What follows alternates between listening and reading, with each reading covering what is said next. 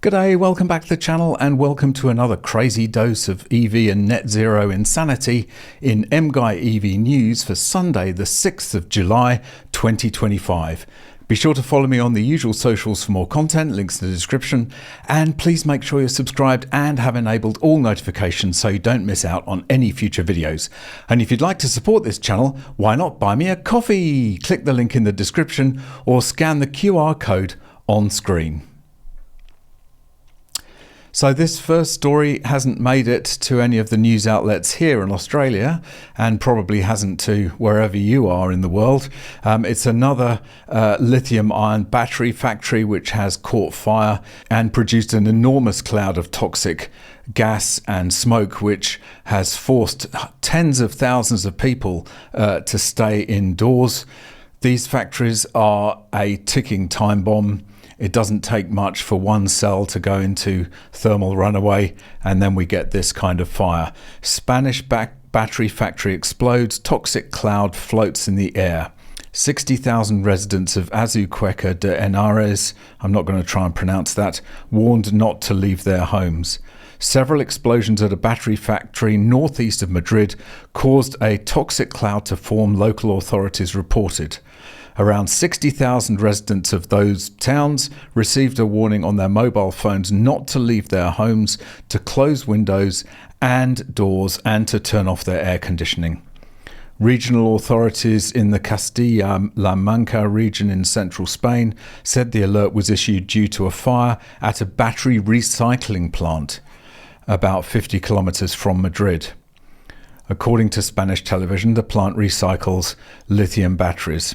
Video footage shared on social media shows a dark cloud of smoke rising from a plant in an industrial area of that place.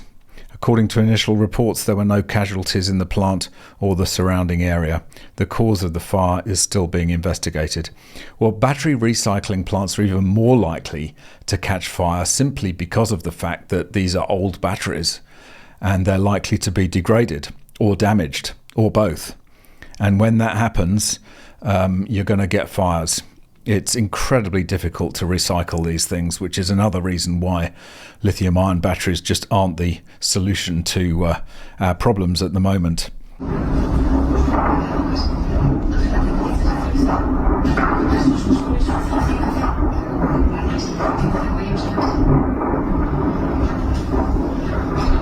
As you can see from this video, it's shocking.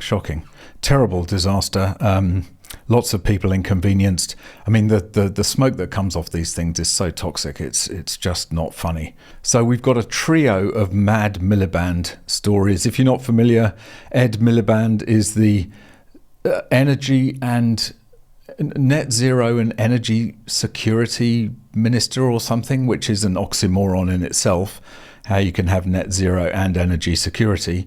But we've got a trio of idiotic stories from this absolutely blinkered ideologue who has no idea about real life and has been a career politician all his life and just comes up with these crazy ideas. You could do an entire channel just on his idiotic pronouncements. Miliband plots garden wind farm revolution. Energy Secretary aims to relax planning rules on turbines on residential properties. Ed Miliband has unveiled plans to make it easier for homeowners to install wind turbines in their gardens as part of a mass expansion of green power. The Energy Secretary has announced a consultation on relaxing planning rules governing the construction of turbines on residential and commercial properties. The aim is to make it easier for farmers, people living in semi-detached houses, and business owners to install the machines on their land. Garden or rooftop wind turbines can help homeowners and small businesses cut their power bills by generating electricity for direct consumption. Excess power can be used to charge batteries or be sold to the grid. However, a surge in unrestricted development of the devices could prove a flashpoint in local communities. Gee, you think?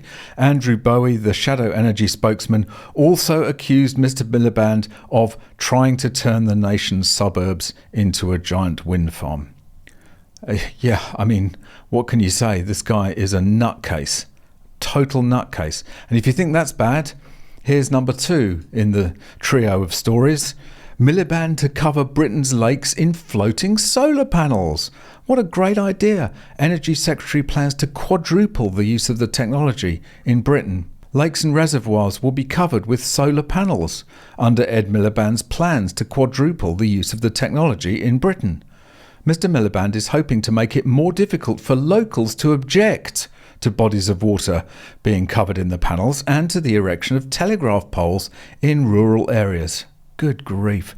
The plans are part of the government's new solar roadmap, under which an area more than 3 times the size of Birmingham will be covered in solar panels in the next 5 years. The Conservatives called the plans mad, which they are, and said they were exactly what we have been warning of all along. And there's just a video of solar panels on the roof of a house, just self-combusting there. It's just this guy. He's a total fruitcake, and yet he's in charge of energy policy in the UK.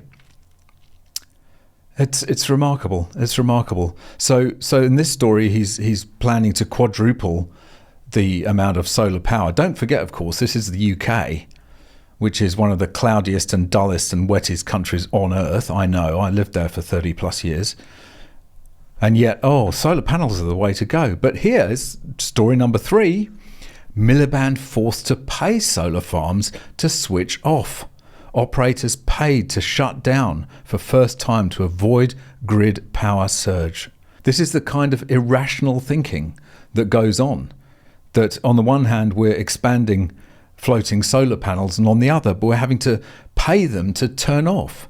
The trouble with solar is it's completely uncontrolled. It produces whatever the sun manages to produce at that time of day. It's kind of like wind power. It's the same, it's just how hard the wind's blowing. British solar farms have been paid to switch off for the first time as sunny days prompt a surge of clean power that could overwhelm the grid.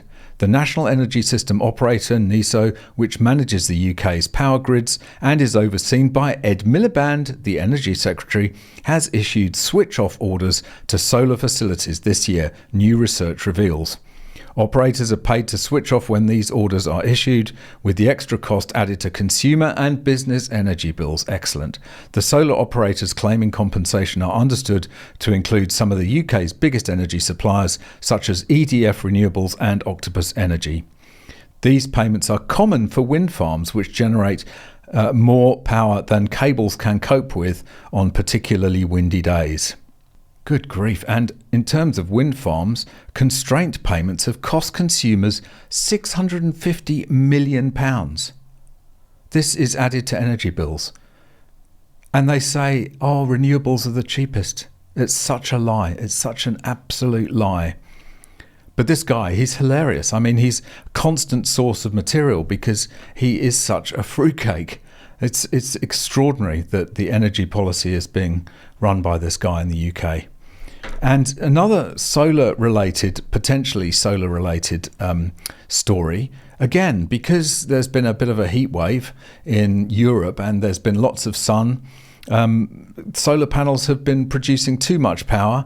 This is kind of what happened in Spain a couple of weeks ago, because the solar factories were producing too much power and caused the grid to become unstable. Another power outage, I don't think we heard about this in our media either, but a similar kind of situation in the Czech Republic. Major power outage hits EU country. Public transport was disrupted after a blackout across large parts of the Czech Republic, including Prague. Large parts of the Czech Republic, including the capital Prague, were hit by a significant power outage on Friday. Officials attributed the incident to a technical failure rather than a cyber attack. The blackout began around noon local time, causing the entire Prague metro system to shut down temporarily. The city's transport authority reported that services on the A and C lines had resumed within 15 minutes, while the B line was operational again after around 30 minutes. Tram services on the right bank of the Vltava River also halted, while those on the left bank continued to operate. Additionally, some train services near Prague and in other regions experienced disruptions. Prime Minister Petr Fiala acknowledged the outage in a post on social media platform X, stating it had affected other parts of the country and that authorities were addressing the issue. The national power grid operator CEPS reported problems in the northern and eastern regions of the Czech Republic. So I don't know offhand what proportion of generation the Czech Republic is renewables, like non-synchronous wind and solar. That's kind of the issue that hit Spain because there wasn't enough synchronous heavy rotating turbines to keep the grid stable in a surge of solar. And it looks like this could be a kind of similar thing. I'm not drawing any conclusions, but looks kind of like a similar situation. And finally, Cybertruck, the other gift that keeps on giving.